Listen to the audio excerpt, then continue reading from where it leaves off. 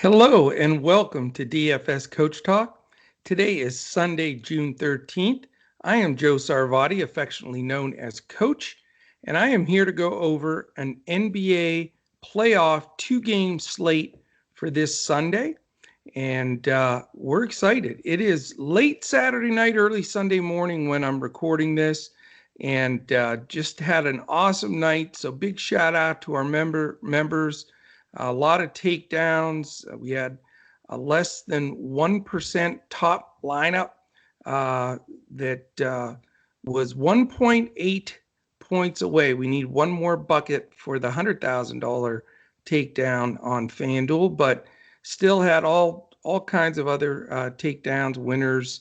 We had some people 7x, 15x, just great stuff. So congratulations to our members. And hopefully a lot of our listeners out there, too, were able to use some of what we discussed on the podcast yesterday to take down some stuff on their own. So if please let us know, connect to us either on YouTube, our channel's DFS Coach Talk, or on Twitter, we're at DFS Coach Talk. We'd always love to hear about your wins and, give you some love in our Discord and on Twitter and on YouTube. So excited about this two-gamer. Even though we had awesome success tonight and everything went fantastic, I still prefer a two-gamer over one.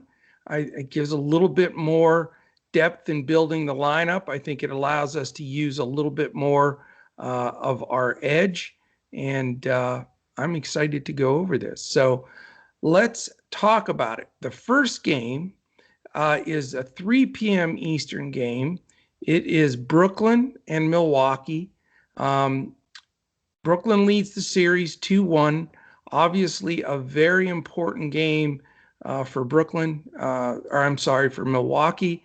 They cannot afford to go down 3-1 and have to go back to Brooklyn. So this will be I'm sure treated like an elimination game for Milwaukee. So we'll see how this one comes out. I'm going to look up our betus.com.pa live stats or lines here, and let's see if we can update what those numbers are, because this the lines here matter when there's more than one game. We want to see if there's any giant edge for us in the total.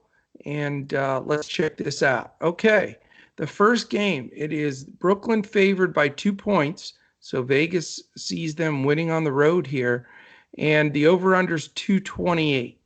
The second game, Phoenix at Denver, that's an 8 p.m. game. And Denver is an underdog at home also. The Suns are -3, and the over-under is 222. So 6 points less than the first game, but something, certainly we want to keep in mind. Both spreads are close. Both of these games should be fantastic, really. So really good basketball. The games are spread out. With that afternoon game and then an evening primetime game. All right, let's get into game one. As we say, Brooklyn, we talked about this yesterday on the podcast. The strategy in the playoffs right now, the way that it's been playing out is the top players are just really carrying their teams. And we saw that tonight. We talked about that and yesterday, and then we put Kawhi in there as our main play, and he stepped up massively. And Paul George we had in there as well, and he also did well. So we're in that same thinking of, we've got to find a way to get some of these dominant players in there because they're all stepping up, and the bench is so short for everybody. Rotations about maybe 7 deep, if that, and huge minutes for the starting fives. So on the Brooklyn side, obviously we have to go directly to Kevin Durant and Kyrie Irving and take a look at, can you afford both? I mean, it's, with Giannis and Booker and the Joker and Paul, and Middleton. It's just, you can't play them all. So the decision has to be made on, where are we going to pay up? I certainly want to try to get three of them out of that group, which is a stretch, but we'll find value. There is still some value in here. As far as injuries for this game, we know that James Harden obviously is going to be out here still for a bit. The one that we need to follow, though, is Jeff Green. Jeff Green was upgraded to questionable, and there is a possibility that he plays and gets minutes. And that does affect the rotation for Brooklyn. Definitely hurts Claxton. It would take him pretty much out of play and, would bump into some of the minutes like a Shamet or, even a little bit of Joe Harris, Mike James, those kind of guys. I think, some of those minutes would have to be, taken away because they'll be absorbed by Green. But again, he's questionable, and we need to follow that news throughout the day on Sunday prior to the tip at 3 Eastern of this first game. Kevin Durant's the first place I want to go. I mean, it's not, rocket science here. He played 43 minutes, took 28 shots. He was cold there for a while. He was only 11 for 28, which, I think he can improve on. 3 threes. He's been the consistent force for Brooklyn. He's their best player. I think that, he is somewhat proven he may be still the top 2 or 3 players in the league without question. The fact that he has outshined Harden and Kyrie and really is the go-to alpha on that team, I think that proves a lot of it right there. Plus, he plays great defense, man. It's just unbelievable. He had 4 steals and a block and 10 rebounds. So, certainly the choice for pay up here for me. I'm definitely going to go there. I trust his just his steady game and the minutes he's going to play. And the nice factor here is too, they got a little bit of rest, both teams, so they should feel, very comfortable playing their main guys the big minutes, just like they did the last go around. So, let's start with KD. Now, Kyrie, on the other hand, he's very expensive. He did play 45 minutes in this last game. He is getting big minutes. He was only 9 for 22 from the field, which still 22 shots is a good thing. Really bizarre stat, though, is he had 1 assist in this last game. So that's going to go up. Certainly a great guy to roster. Just, again, you have to draw the line. I'm probably not going to go there, but I certainly can understand, if people want to. It's just the salary is going to be tough, with this many studs and, all of them paying off pretty consistently. So, where can you go to for value from the Nets? Joe Harris, boy, that was a tough pill to swallow last go around. 1 for 11 from the field, including 1 for 7 from 3. He did play 37 minutes, and he is a great shooter. So I'm not giving up on Joe Harris. I'm not saying he's a lock and load by any stretch, but he's still in consideration for me for a player that is, mid to lower salary, that it's still, could have a solid game. He really could. Blake Griffin certainly came down to earth this last game. He only got 5 shots up and had 7 rebounds, but he did play 30 minutes. So, that is promising. He's not out of the question, but not the first place I'd like to go. Everybody's going to run to Bruce Brown. That seems to be what the pattern generally is. If somebody steps up and has a terrific game, then he becomes extremely overowned the next game. I'm fading Bruce Brown just on the premise, like I did with several guys tonight, or last night, however you want to look at it. A lot of people played Cousins. A lot of people, went to some of the other periphery players that had better games last go around, and just got what I thought was a lot of false ownership, which helped us, finish as well as we did. I think Brown falls into that category here. I know he played 38 minutes. I mean, he never came off the floor there for a long stretch, but he was hot and he was playing well. He did have 11 rebounds. He's tempting at his price, but again, from a leverage standpoint, I think he's going to be overowned, and I'd rather go to different value. Again, we need to wait on the Nicholas Claxton situation to determine if he is playable. When he gets his 20 minutes or close to it, he's a good DFS points per minute guy and is certainly in play if Green doesn't return. And he'll be one of the options.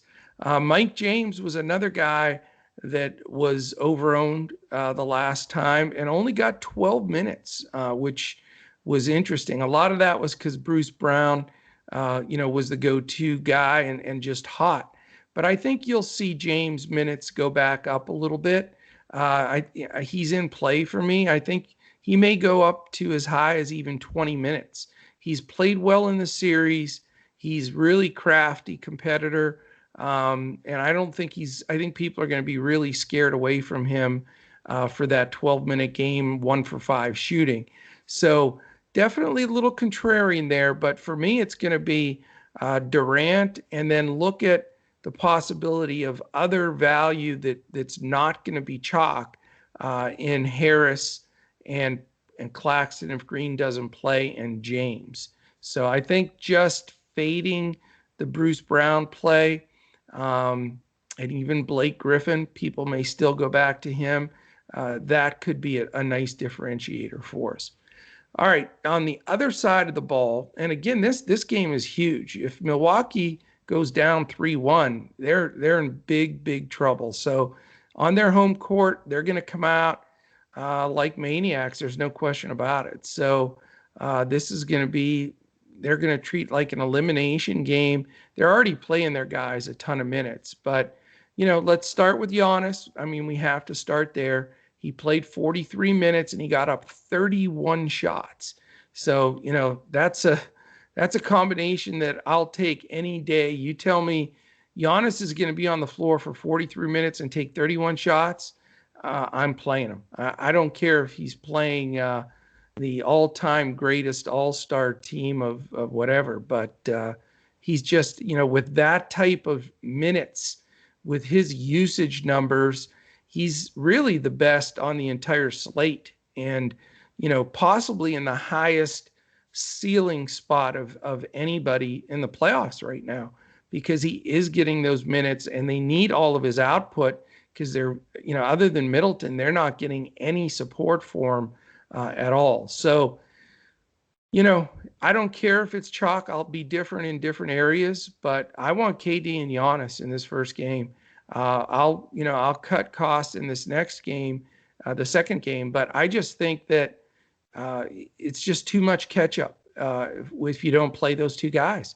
So that's, my foundation and my number one thing for this podcast is start with KD and Giannis and work out the rest, because I just think they're unfadable. The ceiling, the floor, you name it, both of those guys, especially Giannis in this situation at home. I will say that the weird thing is he continues to chuck and duck these threes, though, and he can't make them. I mean, he's 1 for 8 from 3 in this last game. He's so unstoppable going to the hoop and getting fouled.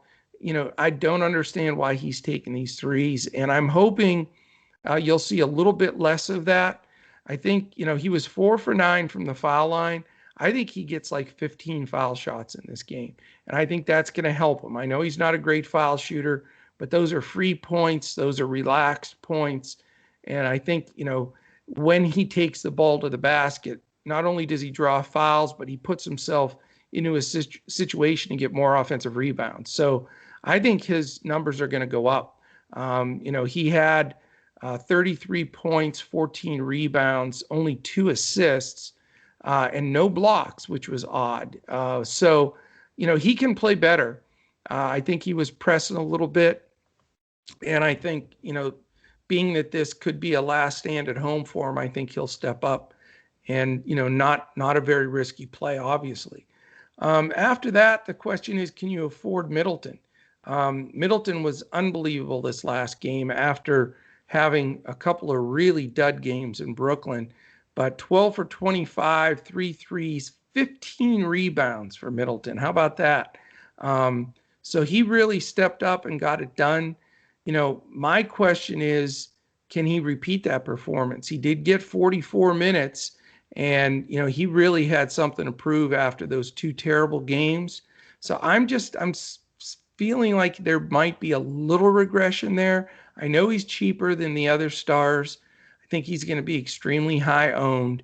I'm not completely eliminating from my player pool, but not as high on him as I am a few of the other studs to roster. So we'll see. I'm not sure how it's all going to play out yet, but that's something we'll decide in the morning, and we'll run it through Discord. I'll chat with Andrew a little bit, put our heads together and try to determine which direction to go. After that, Drew Holiday just has had a bad series. He played 45 and a half minutes, 4 for 14 from the field. He hasn't shot the ball well. I mean, he's a terrific player. He really is. And, he's definitely rosterable, but at the salary he's at for what he's been producing, it is a tough buy. It really is. It can pay off. It's probably a terrific GPP play, but for me in cash, my hybrid lineup, I just don't think I can pull a trigger there.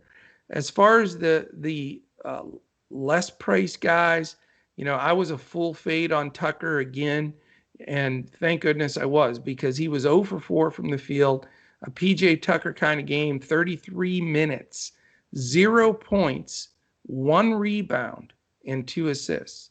So not sure how you play 33 minutes and have 1 rebound and 2 assists and no points, but he seems to be able to do that quite often.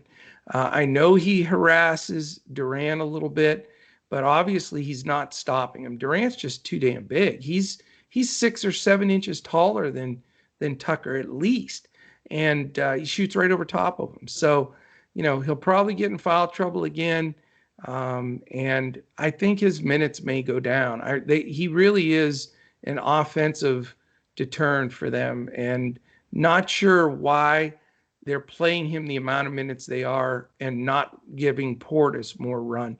Portis is a contributor. I mean, he only played 11 minutes and 30 seconds. He was 2 for 3 from the field with 6 rebounds. Compare that to what Tucker did in 3 times the minutes. So, not exactly sure why Coach Bud wants him out there. I think that you're going to see Portis get a few more minutes, and he is also on my short list of guys that will be low owned, but I think are good value. I think he could get 18 to 20 minutes, and his price is down. And he's a great DFS points per minute guy when he's out on the floor. So avoid Tucker. Take a look at Portis here. After that, Brook Lopez had a very bad game for him. He did get 34 and a half minutes. He's certainly an option. If you're going to fade the Joker in the next game, then, Lopez is probably your next best choice for the price and, to help build the lineup out. So he's on my radar, if not, in my lineup. So I'll definitely look at him more carefully. After that, really not interested in the bench there. Forbes, Connaughton, those are really the only other 2 guys that got in, but they're not, they haven't done anything in the series. Forbes hit a few threes, but he's just not efficient out there and not getting the minutes. So again, high on Giannis, of course. It's easy call. Wish I could afford Middleton. Going to see how this works out, but probably not. Lopez, I think, and Portis are the best value plays here. And again, we call it a stars and scrubs throughout the year. I call it a superstars and good players lineup, because scrubs, we're still talking about guys that start generally or get big minutes off the bench. So you have to have that balance, or, the mid-level builds are not getting it done. Tonight was another example of that. We did the exact thing we talked about. Let's take the big boys. We had Kawhi, we had Mitchell, and we had George, and just figured out what to make work best in the value spots, and we're able to get it done. And I think you can do that even on a bigger type situation here with 2 games. So we will continue to try to build that way. So that's where we are on the first game. And right quickly here before we get to the second game, a quick shout out again to all of our members. We had our weekly Saturday members only meeting again this morning, or I should say Saturday morning. And it was fantastic. Just, another great session of time, just bouncing stuff off each other, talking strategy, talking, process, contest selection, all the things that are really key that go overlooked. I say it all the time, and I'll say it again here. We'd love to have you join us at DFS Coach Talk. We're really trying to put a process in play for all of our members that is not just supplying lineups or giving opinions on players. It's way more than that. It's setting up a process that you can sustainably grow your bankroll over time. And that is through what we call the Coach Talk process, which basically focuses on 2 elements: bankroll management and contest selection. And we'd love to share that with you. We talk about it as part of our meetings every Saturday. And it's really paying off. I mean, we've had great success and great growth with our members, and we'd love to have you. So dfscoachtalk.com. You can join with as little as a 3-day pass for $10. We have a really good special price right now on a 2-month membership that we're doing in honor of the NBA playoffs. So from the day you sign up, you get 2 full months, everything that we offer, not just basketball, all of our baseball, all of our golf. And, anytime you sign up for Coach Talk, you get everything that we have to offer, open book.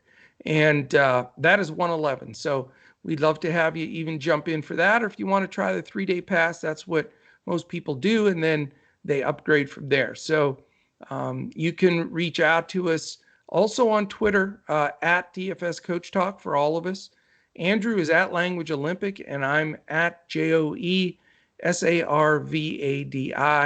If you have any questions, you can sign up there as well. So that is it. Again, dfscoachtalk.com, and join in on this.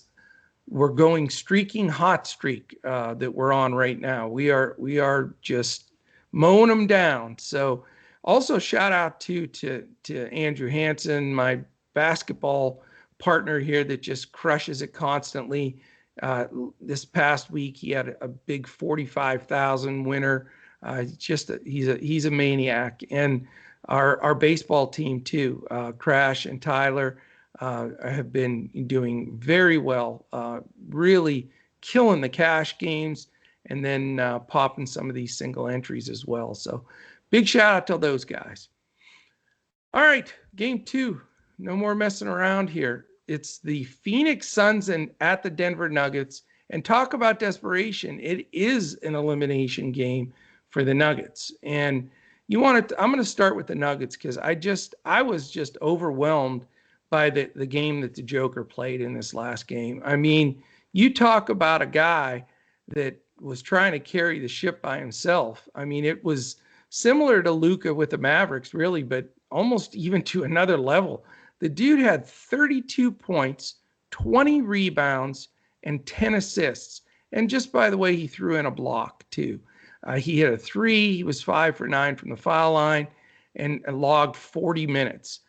So a tremendous performance, top scorer on the day. But there are some things I'm concerned with here. He came out this last game.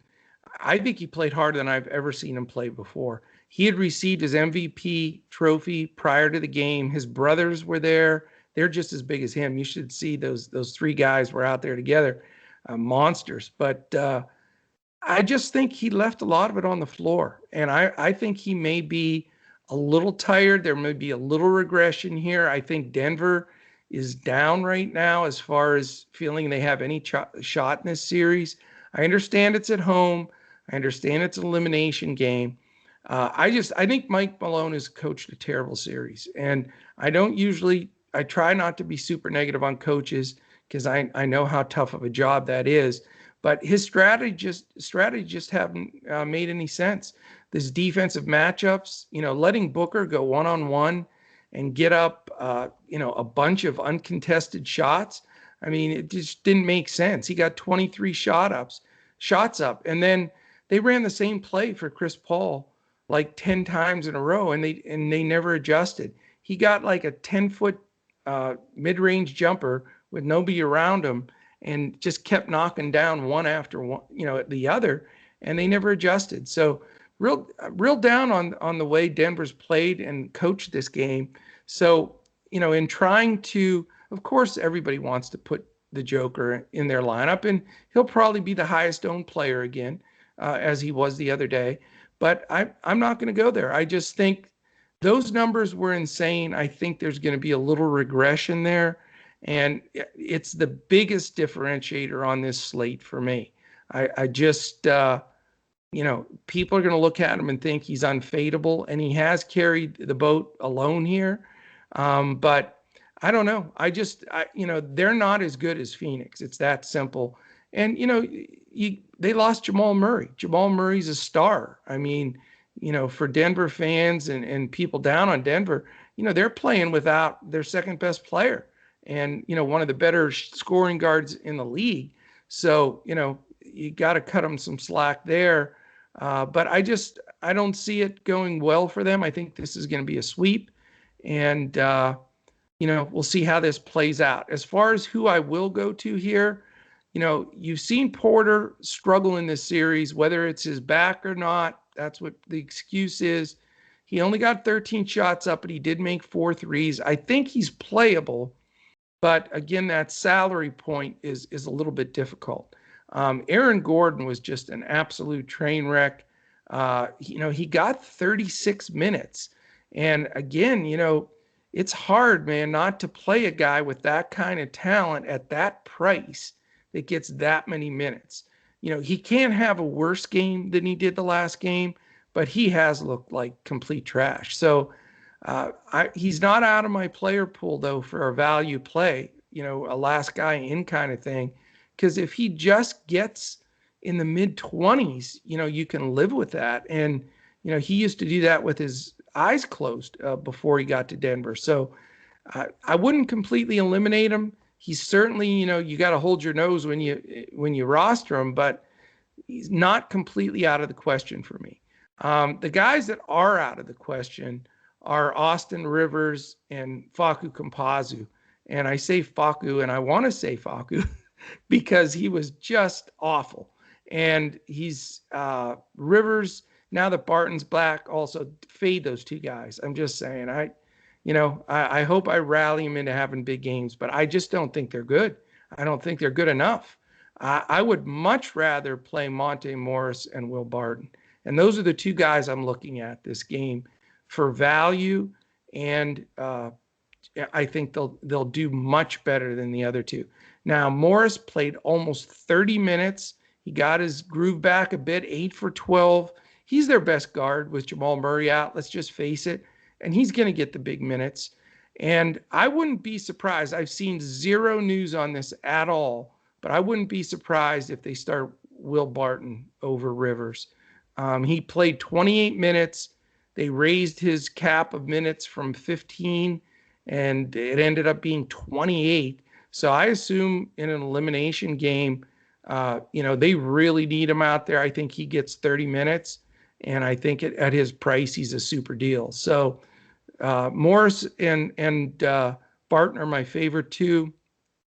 And, I'll still take a small look at Porter and Gordon. Again, you build different on all three sites. We provide for DraftKings, FanDuel, and Yahoo, full lineups on FanDuel and Yahoo, and we'll do a core build, core suggestion of players on DraftKings. So, those are going to look a little bit different. The pricing is quite a bit different on all the sites. So those things will come into play.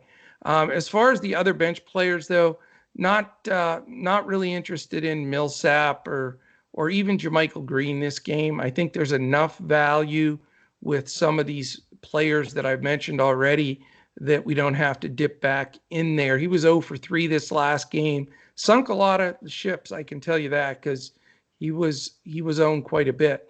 So that's where I stand with Denver. Now on the Phoenix side, this is where we have to give it a look. Booker is a stud, and they showed the game before last that they were going to blitz him a little bit. They doubled him a few times, and they did take the ball out of his hands. But for some reason, they gave up that strategy and just let him scorch people one-on-one. So I don't know if they're going to do that again. That's the decision I have to determine. Is Malone not going to adjust to this and let Booker beat them? That's the question. I don't think they will, but that's going to be the determined fact that I still have to decide.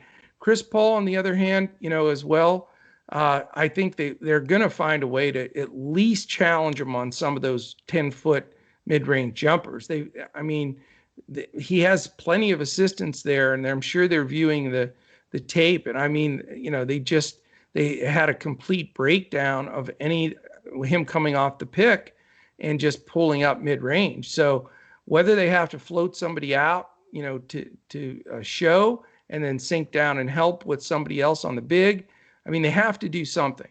But I say all of those things to say, I think really, the guy that's dangerous here is Ayton. And I'm not an Ayton guy. You guys know that, and gals.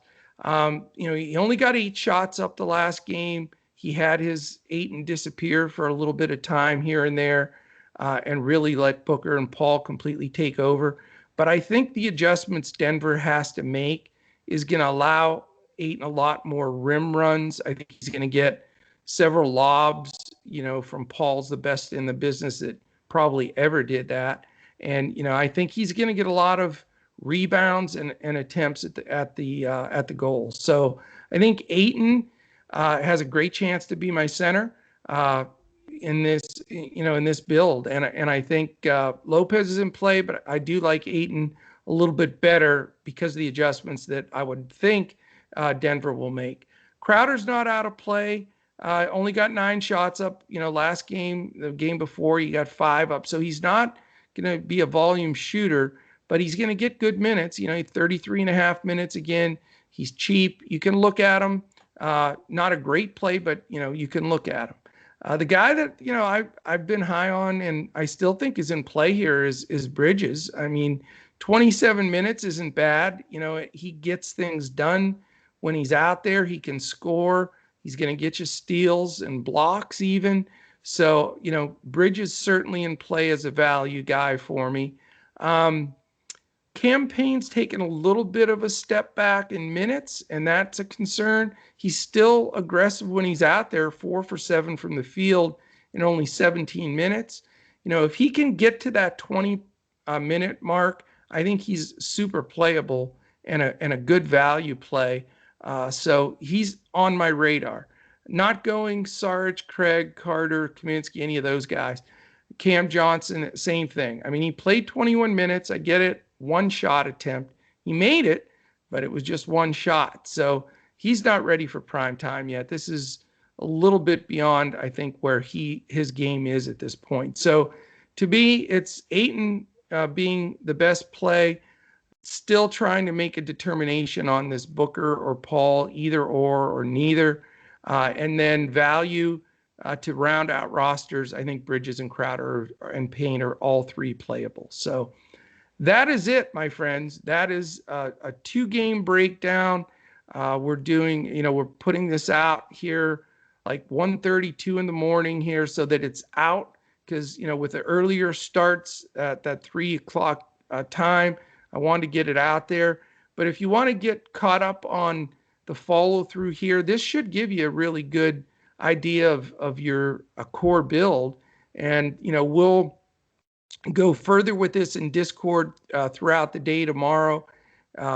Check out any news, see the Jeff Green news and anything else that can affect, the build. If they do state that Barton's starting or he has no limits or 35 minutes, then, we can feel better about that play. So we'll be following all of that tomorrow. And best way to do it, come in with us and get in our Discord. We can get you in there in like 5 minutes. Just go to dfscoachtalk.com. You click a button, put in a little info. We get the alert. We get you right in there. So we'd love to have you. We're excited about this Sunday. A lot of great baseball games, huge slates. The main slate is 15 games on Yahoo, 11 games on DraftKings and FanDuel. That'll be posting at 12:30. So you'll have a full day of baseball. And then we'll be watching our golfers try to finish up with a rush from our weekend and our full lineups that we put out earlier this week. So Sundays, as always, are absolutely a blast, chock full of sports and DFS. And we'd love to have you join us. So appreciate everybody listening in. Again, big shout out to our Coach Talk team. Our group of guys is just amazing. And happy to represent them in any way I can with these podcasts. So thanks again for listening, and let's absolutely crush it tomorrow in NBA DFS.